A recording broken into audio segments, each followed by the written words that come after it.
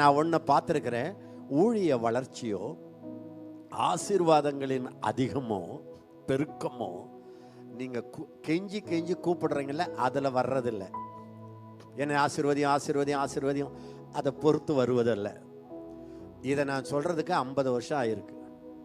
இயேசுவோட நான் நடந்து, ஆண்டவரே என்னை ஆசீர்வதியும் ஆசீர்வதியும் அதை பொறுத்ததும் அல்ல, உபவாசத்தை பொறுத்ததும் அல்ல. போச்சுடா. இது எதை பொறுத்ததுன்னா, எந்த அளவு உள்ள இருதயம் நீங்கள் பெருசாக்குறீங்களோ அந்த அளவு பரலோகம் அந்த இருதயத்திலிருந்து வெளிப்பட ஆரம்பிக்கும். அவ்வளோதான். இந்த உள்ளத்தை நீங்கள் எக்ஸ்பெக்டேஷன் எதிர்பார்ப்பு அதிகமாக்கணும். ஆண்டவரே, நான் இப்போ இதுவரைக்கும் இருந்ததெல்லாம் கிறிஸ்தவ வாழ்க்கை இல்லை, எவ்வளவோ இருக்கு அப்படின்னு எதிர்பார்க்கணும். நான் பாருங்க, இன்றைக்கு வரைக்கும் என் இருதயத்தை நான் என்லார்ஜ் பண்ணிக்கிட்டே இருக்கிறேன். இருதயத்தை நான் என்லார்ஜ் பண்றதுனால ஊழியம் என்லார்ஜ் ஆகிட்டே இருக்கு.